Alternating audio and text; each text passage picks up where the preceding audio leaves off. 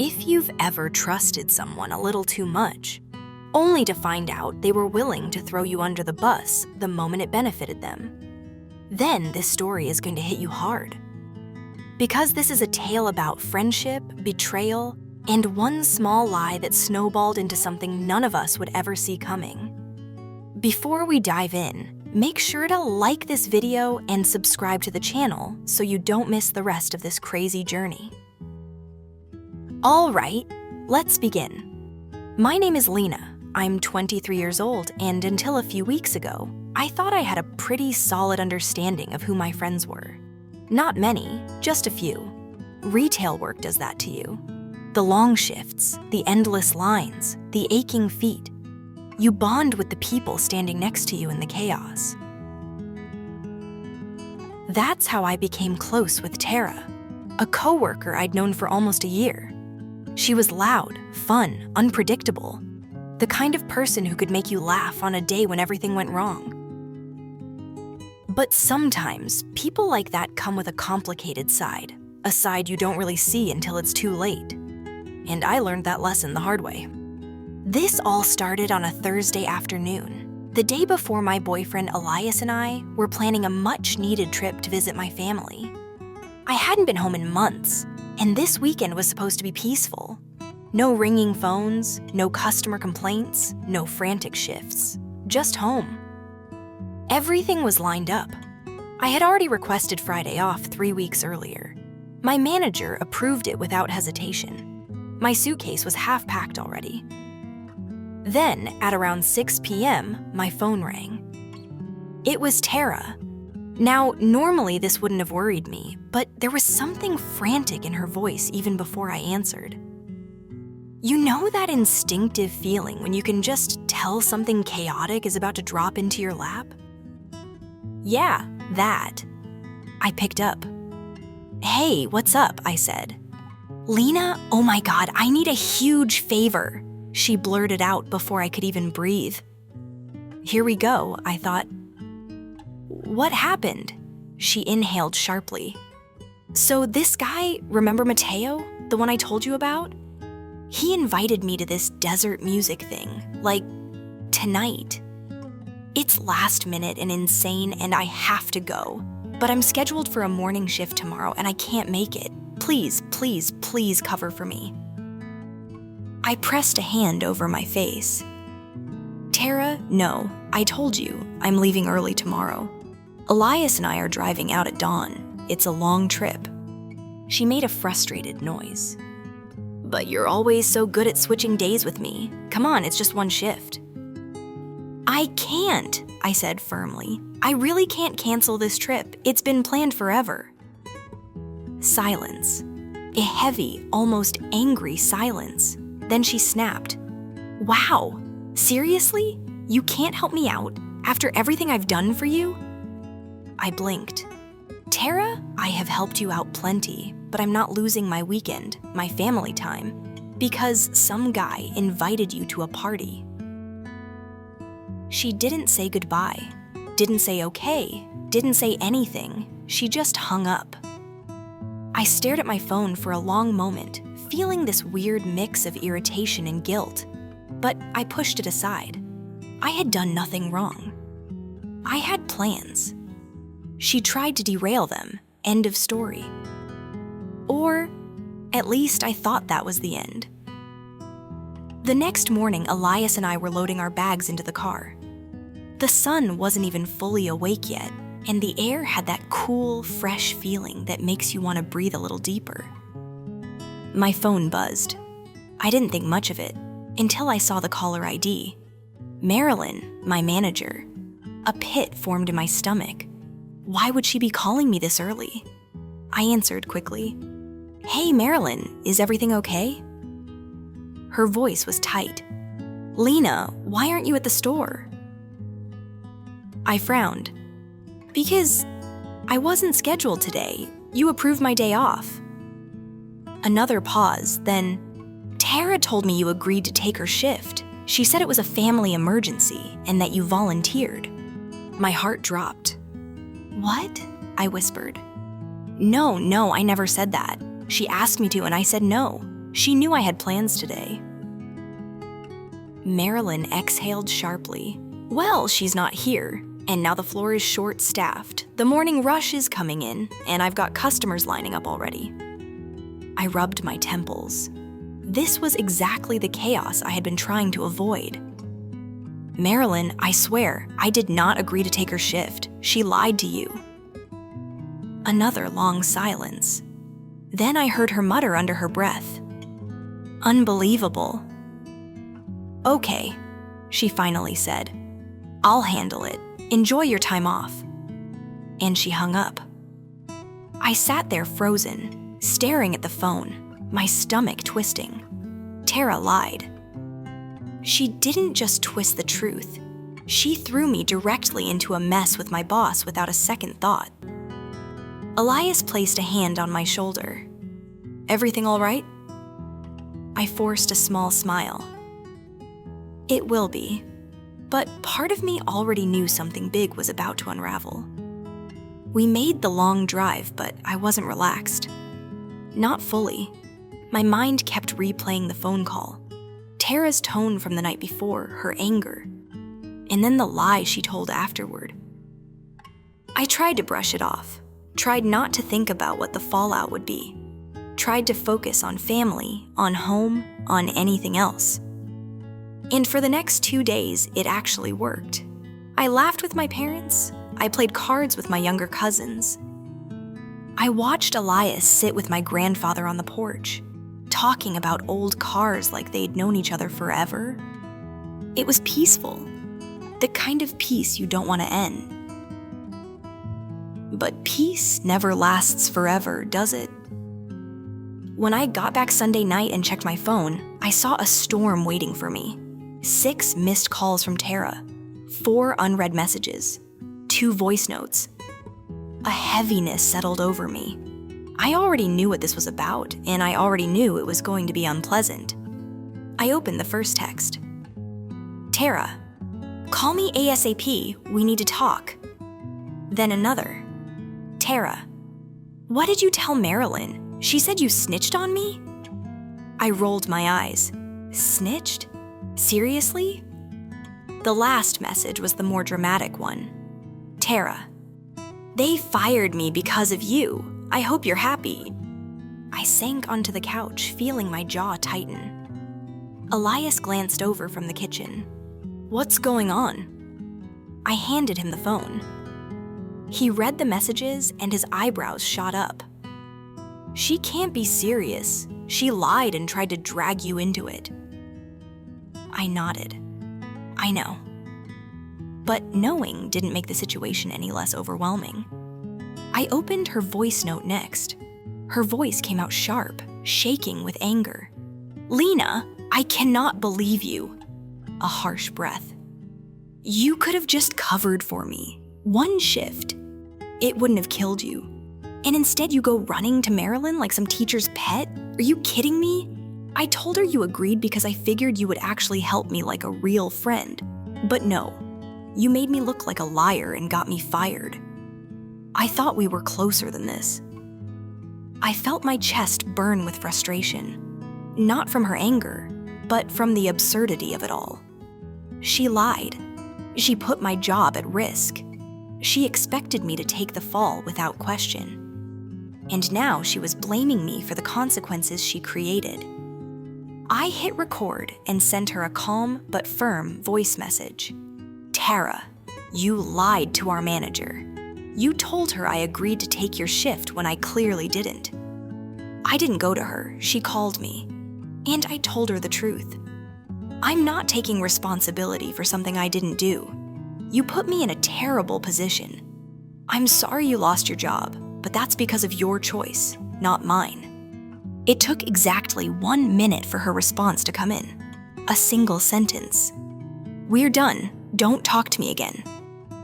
I stared at the screen for a long time, letting the weight of it settle, letting the reality sink in. Our friendship, whatever it had been, was over. And honestly, I felt relief. Strong, undeniable relief. But relief doesn't erase the emotional mess left behind. And this was only the beginning. Because Tara wasn't the type to go quietly. And I soon learned that when you uncover one lie, there are usually more lurking beneath the surface. And Tara? She had been weaving a web far bigger than anyone realized. What happened next turned this whole situation from simple workplace drama into something far more shocking. Something that would change the way I saw friendship forever. If part 1 felt intense, trust me, what came next was the kind of chaos I didn't even know could come from a simple retail job and a single lie. Because once Tara was fired, the situation didn't end. Oh no, it twisted. It grew. And it pulled me into places I never expected. Places where secrets came crawling out from under every corner. It all started the Monday after I returned to work. Walking through those automatic doors felt strange, as if the store itself was holding its breath. I'd expected things to go back to normal. A shift restocking shelves, answering customer questions, the usual. Instead, the moment I stepped into the break room, every conversation stopped. Not gradually, not subtly, stopped. Dozens of eyes flicked toward me, some confused, some cold, some curious. One person, Margot, whispered something to another coworker while looking directly at me. Another glanced away quickly, pretending to fix a snack in her lunchbox. I froze for a second. What on earth? I murmured under my breath. A moment later, Jazz, someone from my department who was usually friendly, came up to me with a hesitant expression. She cleared her throat. Hey, Lena, can I ask you something? Sure, I said. Is it true you got Tara fired? My stomach dropped. There it was. The story had spread. But I needed to stay calm. I didn't get her fired, I said. She lied to Marilyn and... Jazz raised her hands. Hey, I'm not accusing you. I just wanted to hear your side. I exhaled. Well, that's the truth. She gave me a sympathetic look. Okay, just heads up, Tara's been telling a very different version. Of course she had. Of course she wasn't finished. What version? I asked quietly.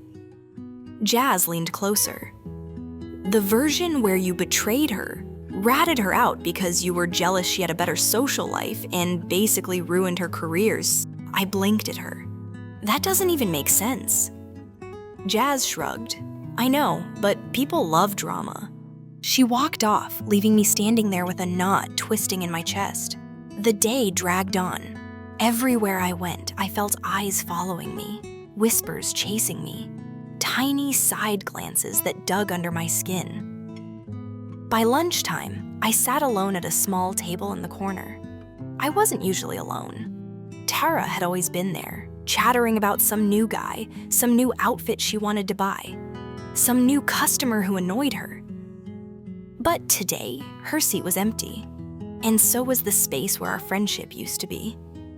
I sighed and picked at my salad. That's when Marilyn walked into the break room. She spotted me immediately and walked over.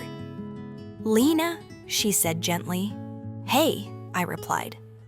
She pulled out the chair across from me and sat down. I wanted to thank you again for being honest. I nodded. I didn't mean for anything to escalate like this. I know, she said, and I want you to hear something directly from me, not through rumors. She took a breath. The decision to fire Tara wasn't only because of this incident. My eyes widened. What? I thought... Marilyn shook her head. There were several warnings on her record. She often called out last minute, left early without permission, and we received multiple complaints about her behavior with customers. Her voice softened. This was just the final straw. I leaned back, stunned.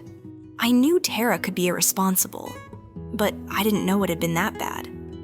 Why didn't she tell anyone? I asked quietly. Marilyn gave a sad smile. People rarely tell the truth about their own mistakes. She squeezed my shoulder. You didn't do anything wrong. Then she left. And for a moment, I felt lighter, safer, validated. But that peace lasted all of 2 hours. When my shift ended, I walked to the parking lot. The sun was setting, painting the sky in soft gold and purple. I pulled my keys out and headed toward my car. Then I saw her, standing beside my driver's side door, arms crossed, jaw clenched, eyes burning with rage. Tara. My heart thumped in my chest. I hadn't expected to see her here, certainly not like this. She stepped forward. So, she said, voice dripping with bitterness, you're not even going to call me back? I swallowed hard. Tara, there was nothing left to say. You lied to Marilyn. That's not my fault. She scoffed loudly. I lied because I assumed you'd help me like any friend would.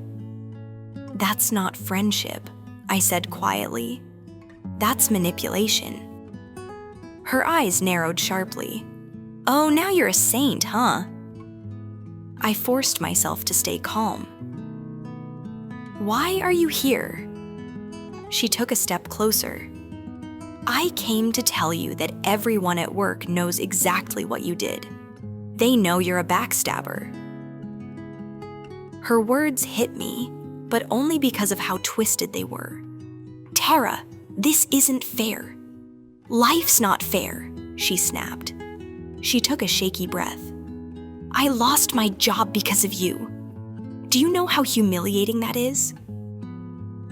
You lost your job because you lied, I said gently. Please stop blaming me. For a second, just a second, her anger cracked, revealing something sad underneath. But then it hardened again. Her pride wouldn't let her accept the truth. You'll regret this, she whispered. Not shouted, not screamed, whispered. And somehow, that was worse. She turned on her heel and walked away. I stood there shaken, watching her disappear into the darkness. My hands trembled slightly as I unlocked my car and sat inside. What was that supposed to mean? Was it a threat or just emotional spite? I didn't know, but it left a cold feeling sitting in my stomach. On the drive home, I couldn't shake the unease crawling through my chest. I tried talking to Elias when I got home, but he just held me close and said, "She's angry, it'll fade." I hoped he was right. I really, really hoped so. But something about Tara's behavior didn't sit right. Not her tone, not her eyes, not the way she appeared out of nowhere after being fired. And unfortunately, my instincts were right. Because Tara wasn't going to fade away. She was going to escalate. And her next move was the moment everything spiraled out of control. The following days were quiet at work, but not in a peaceful way.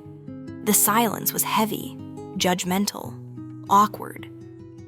When I walked through the aisles, people stopped talking. When I joined the lunchroom, conversations shifted or died completely.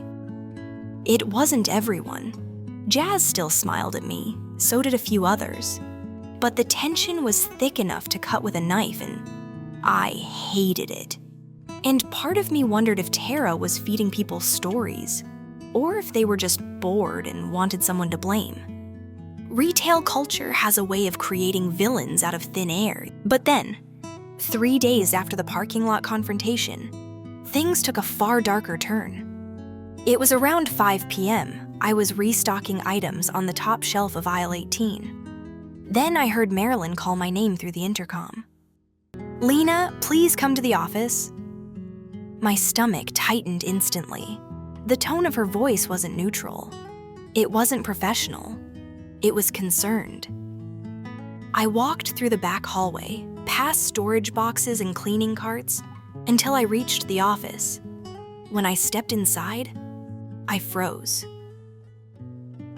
Marilyn wasn't alone. Security Officer Grant was there too, and both of them were staring at a paper on the desk.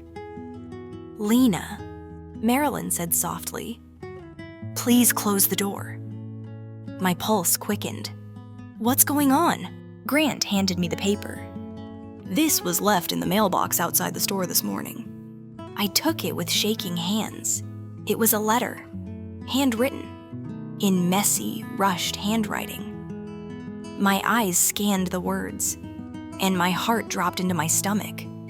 Lena ruined my life. She's a liar. She deserves to lose everything the way I did. She shouldn't feel safe. I felt the blood drain from my face. This wasn't anger. This wasn't venting. This was a threat. I looked up slowly. "Tara?" I whispered. Marilyn nodded grimly. "We can't prove it yet, but it has her handwriting, and it came right after her firing." Grant crossed his arms. "Have you two had any confrontations?" I told them about the parking lot. Every word, every detail. When I finished, Marilyn sighed heavily. "Lena, this has gone too far. We need to document everything in case it escalates." My voice shook slightly. "I didn't want any of this." "I know," she said softly. "And we're going to keep you safe, but we need you to be careful." Grant added, "Also, don't walk to your car alone. Ever." His tone was serious enough to send a chill straight through me. I nodded slowly. "Okay." But deep inside, something twisted, because the old Tara, the fun one, the wild one, the one I thought I knew, had disappeared. And something else had taken her place, something angry, something reckless, something desperate. And I had no idea what she would do next. That night, I barely slept. Every time I closed my eyes, I saw that letter, those words, the uneven handwriting, the anger bleeding through every line. Elias held me tight, telling me everything would be fine. But the fear didn't fade. If anything, it grew heavier. Because one part of the letter stood out more than anything else. She shouldn't feel safe. Why write something like that? What did she want to do? And how much farther was she willing to go? I didn't know yet, but the answer was coming soon. And when it arrived, it wasn't a letter. It wasn't a phone call. It wasn't a message. It was something far, far worse. Something that changed everything. Something that made me realize this wasn't just about a job anymore. Not for Tara. For her, this had become personal. Deeply personal. Dangerously personal. And I was caught in the center of it, with no idea what was headed my way next. The morning after everything seemed to calm down, I woke up with the sunlight filtering softly through the curtains. And for the first time in weeks, I felt like maybe, just maybe, life was finally returning to normal. But of course, stories like mine don't tie themselves up neatly. Life always has one last twist waiting, sometimes good, sometimes terrifying, and sometimes the exact thing you never expect. I didn't know it yet, but the final chapter of this nightmare was about to arrive at my doorstep. Literally. It began on a Saturday morning. Elias had already left for work early, and I was sitting at the kitchen counter, eating cereal and scrolling lazily through my phone. The apartment was quiet, peaceful, almost too peaceful, considering everything that had happened over the past weeks. I was halfway through a spoonful when suddenly, knock, knock, knock. 3 sharp knocks at the door. I froze. Nobody ever came by this early. Not my neighbors, not friends, not family. Slowly, I set the bowl down and walked to the door. My heart, conditioned by recent events, hammered a little faster. "Hello!" I called softly through the door. No response. I looked through the peephole, and my breath left my lungs in a rush. It wasn't Tara. It wasn't the police. It wasn't someone I knew. It was a young woman, maybe 21, nervous, fidgeting, holding her phone like she wasn't sure she should even be here. I unlocked the door just enough to peek out. "Yes, can I help you?" She swallowed, eyes darting everywhere. You're Lena, right?" I stiffened. "Who are you?" "My name is Harper," she said, voice trembling slightly. Can I talk to you? It's about Tara." Cold shivers ran through me. I opened the door fully. "Come in." She stepped inside cautiously, like she was afraid the walls might have ears. I guided her to the small living room. "Sit, please," I said. "What's going on? Are you a friend of hers?" She let out a humorless laugh. "Not exactly. More like someone who got burned by her the same way you did." My eyes widened. "What do you mean?" Harper took a deep breath.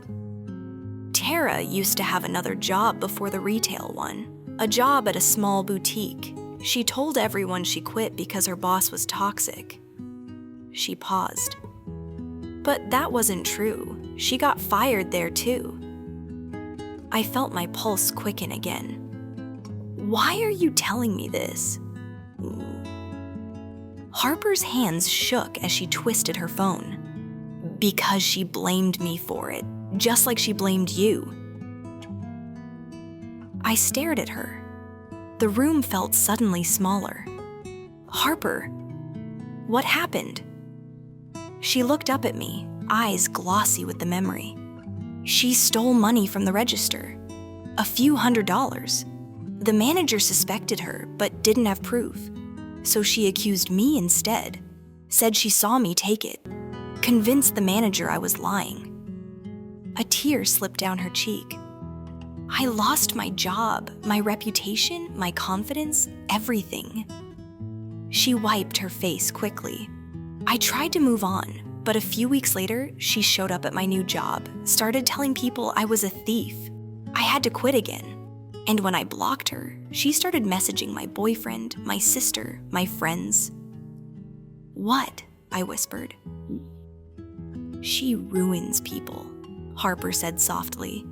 "Anyone she feels threatened by. Anyone who tells her no. And when I saw what she did to you, the letters, the photo, the threats, I knew I had to find you." I took a moment to absorb all of this. It made sense now, too much sense. Tara's lies, her manipulation, her escalating behavior. It wasn't just me, she had a pattern. "I'm so sorry," I said sincerely. Harper shook her head. "Don't be, it's not your fault, but there's something else. Something important." My breath hitched. "What is it?" She leaned forward, lowering her voice even though we were alone. "Tara isn't in this town anymore. She left 2 days ago." I blinked. "I heard that too." Harper nodded. "Yes, but she didn't just leave." Her eyes darkened with fear. "She left because she got in trouble somewhere else." I swallowed. "What kind of trouble?" Harper whispered. "She was caught vandalizing someone's car. Scratched words into it. They pressed charges." My stomach twisted. "What words?" Harper hesitated, then said it out loud. "You ruined my life." The same haunting message she had directed at me. My blood went cold. Harper continued, "She's unstable. Not just dramatic or irresponsible, unstable. When she feels cornered, she lashes out hard. I pressed a hand to my mouth. Harper, do you think she might come back? Harper looked away for a moment, then back at me. I think she blames you, and people like her. They don't forget that. They don't forgive. My hands started shaking. So what do I do? Harper reached out and squeezed my hand. You protect yourself. You watch your back. And you don't underestimate her. After Harper left, I called Elias immediately. He left work early and came straight home. And when I told him everything, he looked angrier than I'd ever seen him. She has a history. She's dangerous, he said, finger tapping anxiously against his thigh. We're not letting her ruin your life. Not again. I nodded, emotions swirling, fear, relief, anger, exhaustion. That evening, I emailed everything Harper told me to the detective handling my case. I included dates, details, descriptions. I even asked Harper if she would be willing to speak to them herself. She agreed immediately. It felt like, for the first time, Tara wasn't the one holding the power anymore. 2 days later, I received a call.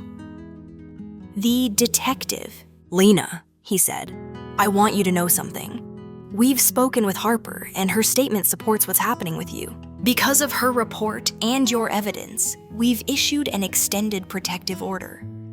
Tara legally cannot contact you by any means. I let out a breath I didn't realize I was holding. And if she does, then she will be arrested on the spot.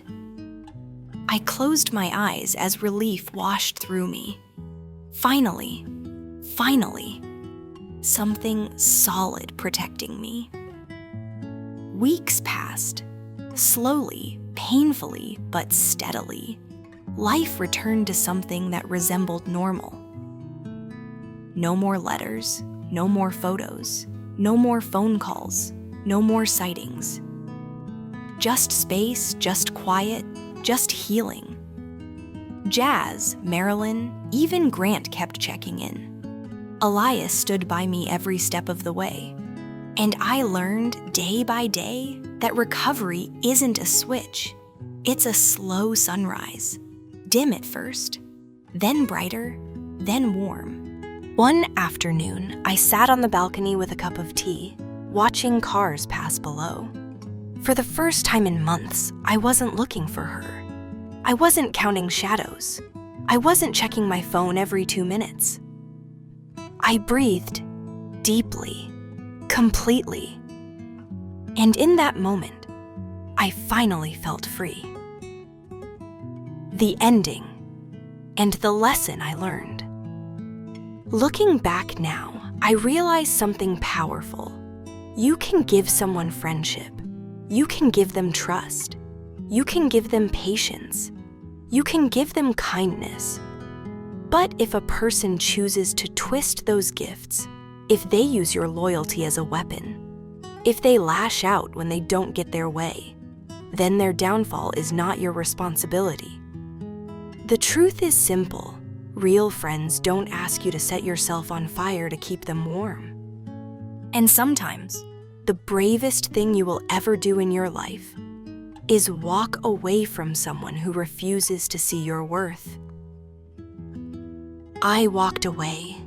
I protected myself. And because of that, I got my life back. Thank you for watching. If you enjoyed this story, please give it a thumbs up and share it with your friends.